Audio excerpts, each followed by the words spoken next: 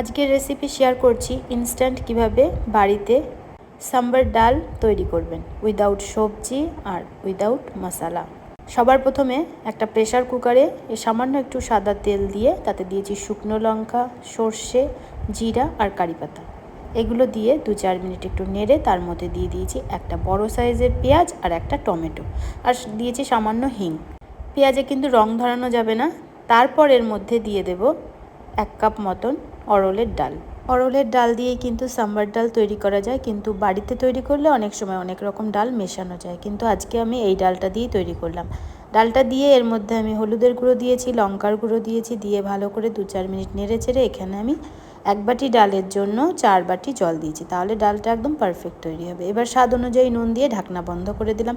2 থেকে 3টে সিটি দিয়ে তারপর যখন অটোমেটিক প্রেসার রিলিজ হয়েছে তখন আমি ঢাকনা খুলে দিলাম। ভালোভাবে নেড়ে মিশিয়ে নিচ্ছি। যা জল দিয়েছিলাম তাতে কিন্তু ডালটা পুরো একদম পারফেক্ট হয়েছে। এবার আমি এর মধ্যে দিয়েছি তেঁতুলের পাল্প।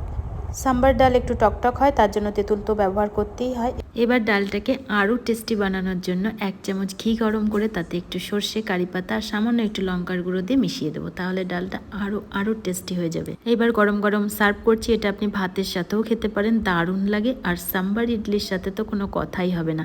আর যেসব বাচ্চারা ডাল খেতে একদমই পছন্দ করে না তাদেরকে অবশ্যই দেবেন, একদম চেটেপুটে খেয়ে নেবে।